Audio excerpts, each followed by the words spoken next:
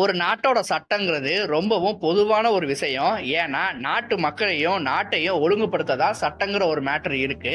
ஆனா, உலகத்துல பல நாடுகள்ல பார்த்தீங்கன்னா, ரொம்பவும் வித்தியாசமான நம்ம வாய பொளக்க வைக்கிற அளவுக்கு இந்த மாதிரியான பைத்தியக்காரத்தனமான சட்டங்கள்லாம் இருக்கான்னு சொல்லி யோசிக்க வைக்கிற அளவுக்கு இருக்கு ஒரு சில சட்டங்கள். சோ அத பத்தி தான் இந்த வீடியோல டீடைலா பார்க்க போறோம். அதனால இழுத்தடிக்காம இமிடியேட்டா வீடியோக்குள்ள போறேன். போவோமா? சரி வாங்க போய்தான் பாப்போம். கண்டிப்பா போகணும் தம்பி. போடு.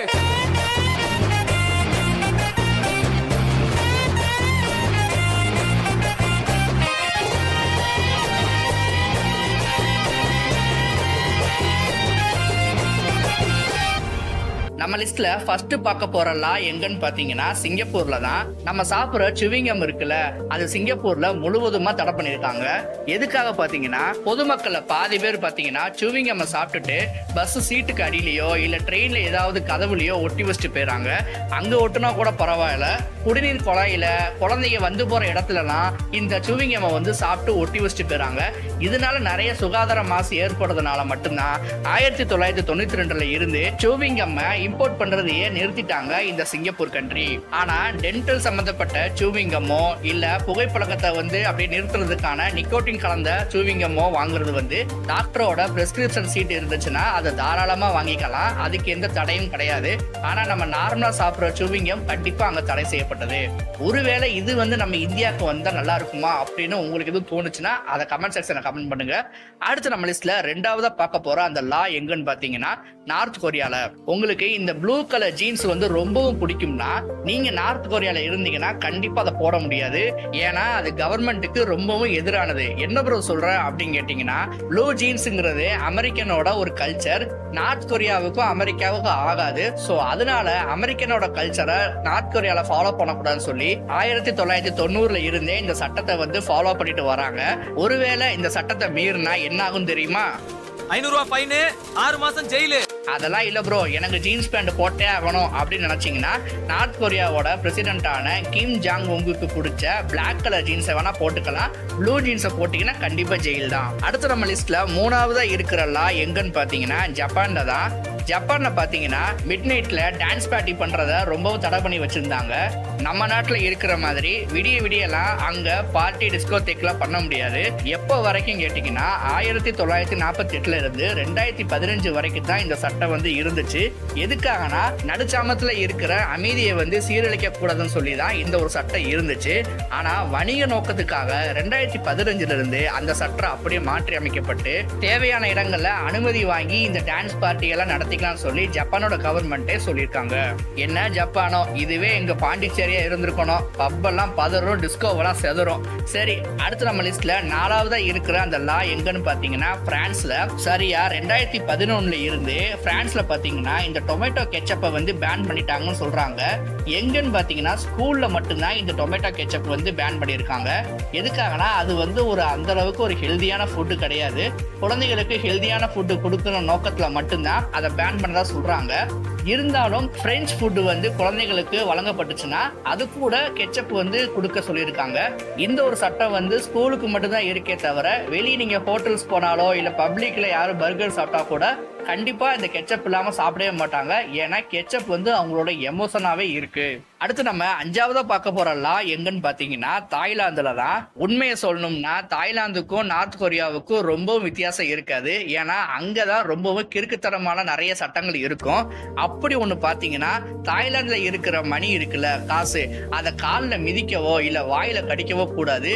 எதுக்காகனா அந்த பணத்துல பாத்தீங்கன்னா அந்த கவர்மெண்டோட அரச குடும்பங்கள்ல இருக்கிற நபர்களோட இமேஜ் அதுல பிரிண்ட் பண்ணிருப்பாங்க. சோ அதை நீங்க கீழே போட்டு மிதிச்சாவோ இல்ல வாயில வச்சு கடிச்சாலோ என்ன நடக்கும் தெரியுமா? 500 ரூபாய் ஃபைனு, 6 மாசம் ஜெயிலு. அது மட்டும் இல்லாம நிறைய கேனத்தனமான சட்டங்களும் இருக்கு. அதுல முக்கியமானது என்னதுன்னா நம்ம இன்னர்ஸ் ஆன ஜட்டி பனியன், அதாவது நம்மளோட உள்ளாடைகள் போடாம வீட்டை விட்டு வெளியே வரவே கூடாதான்.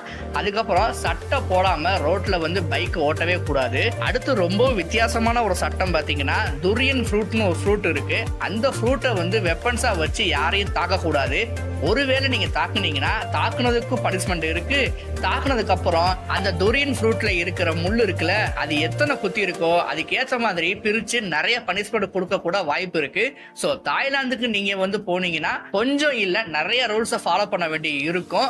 அப்படி இல்லைன்னு வச்சுக்கோங்களேன், 500 ரூபாய் ஃபைனு, 6 மாசம் ஜெயிலு. அடுத்து நம்ம லிஸ்ட்ல 6ஆவதா இருக்கிற அந்த லா எங்கன்னு பாத்தீங்கன்னா கிரீக் நாட்டுல தான். என்ன மேட்டர்னு பாத்தீங்கன்னா 2009ல இருந்து அங்க இருக்கிற மக்கள் யாருமே ஹை ஹீல்ஸ் போட்டு நடக்க கூடாதுன்னு சொல்லியிருக்காங்க. அங்க இருக்கிற மக்கள் மட்டும் இல்லாம அங்க வர சுற்றுலா பயணிகள் உட்பட யாருமே ஹை ஹீல்ஸ் போட்டு பொது வெளியிலயோ இல்ல வேற ஏதோ ஒரு முக்கியமான பிளேஸ்லயோ நடக்க கூடாதுன்னு சொல்லி சொல்றாங்க. எதுக்காக பாத்தீங்கன்னா கிரீக்ல நிறைய தொன்மையான பழமையான கட்டிடங்கள்லாம் இருக்கு. அதோட பழமைவாதம் போகக்கூடாதுன்னு சொல்லி நிறைய ரோடு பாத்தீங்கன்னா எப்படி பழைய காலத்துல இருந்துச்சோ அப்படியே இன்ன வரை இருக்குன்னு சொல்லி சீரமைக்காமே வச்சிருப்பாங்க. ஸோ அதுல நம்ம ஹை ஹீல்ஸ் போட்டு போய் நடந்து ஸ்கிராச்சோ இல்ல கீரலோ எது ஏற்பட்டுச்சுன்னா கிரீக் கவர்மெண்ட் அப்படியே டென்ஷன் ஆயிடுவாங்க. ஸோ அதனால தான் 2009ல இருந்து இப்படி ஒரு சட்டத்தை வந்து கிரீக் நாட்டுல வந்து செயல்படுத்திருக்காங்க. ஒருவேளை இதை நீங்க மீறினீங்க பாத்தீங்கன்னா சுமார் 900 யூரோ நம்ம நாட்டு காசுக்கு 91,709 ரூபா ஃபைன் கட்ட வேண்டியது இருக்கும். ஸோ யூரோ போறீங்கன்னா நம்ம ஊர் பாத்ரூம் செப்பலை கண்டிப்பா எடுத்துட்டு போங்க. அடுத்து நம்ம லிஸ்ட்ல 7ஆவதா இருக்கிற லா எங்கன்னு பாத்தீங்கன்னா வெனிஸ் நாட்டுல தான். நம்ம விவேக் வந்து ஒரு காமெடியில சொல்லியிருப்பாரு, காக்காவுக்கு சோறு வைக்கிறதுனால என்னென்ன பிரச்சனை வருதுன்னு. ஸோ அதை மெயினா வச்சுதான் இந்த வெனிஸ் நாட்டுல வந்து ஒரு லாவே கொண்டு வந்திருக்காங்க. என்னதுன்னா அங்க இருக்கிற புறாக்களுக்கு வந்து யாருமே பப்ளிக்கா வந்து ஃபீட் பண்ணக்கூடாது. ஏன் அப்படின்னா நம்ம போடுற கண்ட சாப்பாடெல்லாம் சாப்பிட்டுட்டு அதுக்கு வயிற்று கலக்கி வெனிஸ் நாட்டுல இருக்கிற தொன்மையான வரலாற்று சின்னங்கள்லயோ இல்ல தலைவர்களோட சிலைகளோட தலையில போய் கக்கா போயிருது. ஸோ இந்த ஒரு விஷயத்தை தடுக்கத்தான் இப்படி ஒரு சட்டத்தை வந்து வெனிஸ் நாட்டுல கொண்டு வந்திருக்காங்க. இதை ஒருவேளை நீங்க மீறி அங்க இருக்க புறாக்களுக்கு நீங்க சாப்பாடு போட்டீங்கன்னா கிட்டத்தட்ட 500 யூரோ வந்து நீங்க ஃபைன் கட்டணும். நம்ம ஊர் காசுக்கு பாத்தீங்கன்னா 50,949 ரூபா ஃபைன் கட்ட வேண்டியது இருக்கும். ஸோ வெனிஸ்க்கு போற மக்களுக்கு நான் ஒண்ணு சொல்லிக்கிறேன், பி கேர்லெஸ். அடுத்து நம்ம லிஸ்ட்ல 8ஆவதா பார்க்க போற லா எங்கன்னு பாத்தீங்கன்னா யுனைடெட் அரப் எமிரேட்ஸ். துபாய் மாதிரியான நாடுகளை பாத்தீங்கன்னா நீங்க காரை கொண்டு போய் தெருக்குல வச்சு கிளீன் பண்ணவே கூடாது. அப்படி நீங்க கிளீன் பண்ணீங்கன்னா உங்களுக்கு மிகப்பெரிய ஃபைன் போட்டுருவாங்க. கிளீன் பண்ணா மட்டும்தான் கேட்டீங்கன்னா அது மட்டும் இல்லாம நீங்க காரை அழுக்க நீங்க ரோட்ல நிப்பாட்டினா கூட போதும், உங்க மேல ஃபைன் போட்டு அந்த காரையே சீஸ் பண்ணிட்டு போயிருவாங்க. எப்படின்னு பாத்தீங்கன்னா காரை நீங்க வெளியே வச்சு கழுவுனீங்கன்னா உங்களுக்கு 500 திர்ஹாம் வந்து ஃபைன் போடுவாங்க. இதே காரை பராமரிக்காம ரோட்ல அப்படியே விட்டுட்டீங்க வச்சுக்கோங்க, உங்களுக்கு 2000ல இருந்து 3000 திர்ஹாம் வந்து ஃபைன் போட்டு உங்க காரையே சீஸ் பண்ணிட்டு போயிடுவாங்க. ஸோ கார் வாங்குற கனவுல இருந்து துபாயில இருந்தீங்கன்னா காரை கரெக்டா பராமரிங்க, கார் வாஷ் பண்ணுங்க. அப்படி ஒருவேளை காரை கழுவ முடியாம நீங்க ரோட்ல நிப்பாட்டினீங்க வச்சுக்கோங்க, அவ்வளவுதான். அடுத்து நம்ம லிஸ்ட்ல 9ஆவதா பார்க்க போற லா எங்கன்னு பாத்தீங்கன்னா சவுதி அரேபியால.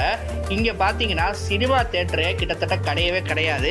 எப்ப வரைக்கும் பாத்தீங்கன்னா 2018 வரைக்கும் சினிமா கலாச்சாரம் சொல்லி ஒண்ணு சவுதி அரேபியால இல்லவே இல்லை.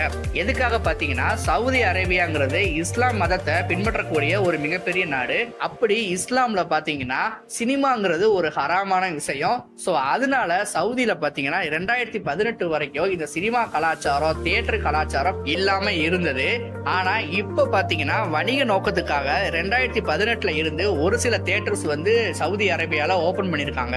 அப்படி ஓபன் பண்ணாலும் நிறைய ரெஸ்ட்ரிக்ஷனோட தான் ஒரு சில படங்கள் வந்து அங்க ரிலீஸ் ஆகும். ஒருவேளை நீங்க படம் எடுத்து நீங்க சவுதி அரேபியால ரிலீஸ் பண்ண நினைச்சீங்கன்னா உங்களுக்கு கண்டிப்பா நாக்கு தள்ளிரும். அடுத்து நம்ம லிஸ்ட்ல 10ஆவதா பார்க்க போற லா எங்கன்னு பாத்தீங்கன்னா சைனால தான். நம்ம ஊர்ல பாத்தீங்கன்னா பொடுசுல இருந்து பெருசு வரைக்கும் இந்த ஃப்ரீ ஃபயர் பப்ஜி எல்லாம் விடிய விடிய ஆனாலும் விளையாடிட்டே இருப்பாங்க.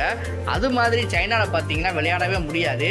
ஏன்னா 18 வயசு கீழே இருக்கிற பசங்க எல்லாருமே வெள்ளி சனி ஞாயிற்றுக்கிழமை மட்டும்தான் வீடியோ கேம்ஸை விளையாட முடியும். அதுவும் வெறும் 1 மணி நேரம் தான். முக்கியமா இந்த ஆன்லைன் கேம்ஸ் ஆன ஃப்ரீ ஃபயர் பப்ஜி மாதிரி கேம்ல real name date of birth கொடுத்தா மட்டும்தான் யாருனாலும் விளையாட முடியும். அது மட்டும் இல்லாம இந்த கேம்லயே மிகப்பெரிய பிரச்சனை எதுனா ஒரு சில காயின்ஸ் வந்து பர்ச்சேஸ் பண்ணி வாங்குற மாதிரி இருக்கும். அதுக்காக பாத்தீங்கன்னா ஒரு சில பொடுசுக வந்து வீட்டுல இருக்கிற மொத்த காசையும் கொடுத்து அந்த காயின்ஸை வந்து வாங்கி தேவையில்லாம ஏமாந்து கிடக்கும்.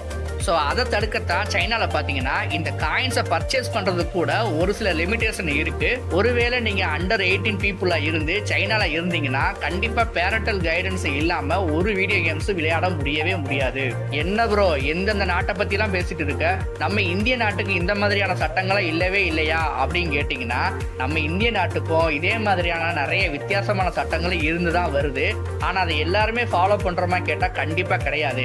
நான் இப்ப சொன்ன எல்லா நாடுகளும் அந்த சட்டங்களை ஃபாலோ பண்றதுனால மட்டும்தான் அந்த நாடுகள் எல்லாமே ரொம்பவும் டிசிப்ளினாவும் ரொம்பவும் சேஃப்டியாவும் இருக்கு. என்னதான் பாக்குறதுக்கு ரொம்ப பைத்தியகாரத்தனமான சட்டங்களா இருந்தாலும் அந்த சட்டங்கள் எல்லாமே நாட்டு மக்களை திருத்துறதுக்காகவும் நாட்டையும் திருத்துறதுக்காக மட்டும்தான் அந்த சட்டங்கள் வந்து இயற்றப்பட்டிருக்கும். ஸோ இந்த வீடியோல நீங்க எந்த நாட்டோட சட்டத்தை பார்த்து ரொம்பவும் வியப்பானீங்கன்னு சொல்லி மறக்காம கமெண்ட் செக்ஷன்ல கமெண்ட் பண்ணிட்டு இந்த வீடியோ பிடிச்ச லைக் பண்ணிட்டு அப்படியே நம்ம சேனலையும் சப்ஸ்கிரைப் பண்ணிக்கோங்க.